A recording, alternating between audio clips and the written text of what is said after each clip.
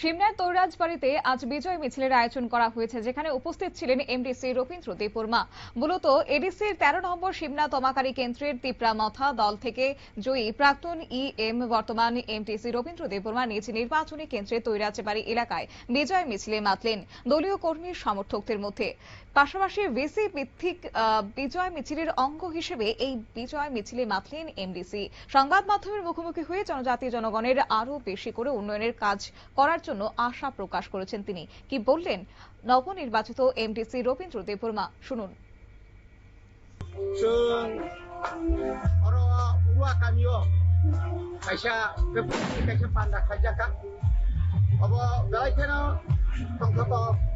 প্রায় যত বরংনি অ এলাকারই বরক ত্রিপুরা সারংনি ও থানায় যে এডিসি ইলেকশনে যে খোপ্লাই খাইমানি অবনো বরম রইন তিনি চিনি খুবসং তা খুবসং ও সালাইমানি বিसिंतै তিনি जों गोबा ग्राउन्डआव बरम रइमानि बिसिंतै जों किनारा बिजौ सब या खाबा खफ्लायनि तेर जों हर किनि हर पालाय दङ अबनि बागै एलाकानि যত आमसाइनि ताकुते बुकुसन बेलाका हामबाय बरं निजेरानो जत बिसु नारै दिनै फरायखाय दिनै बरं खफ्लायनि जे पान्दा बरं खालायका बरं তিনি দিন এলাকার সার্বিক উন্নয়ন এবং মানুষের পাশে থেকে কাজ করার আশ্বাস দিয়েছেন।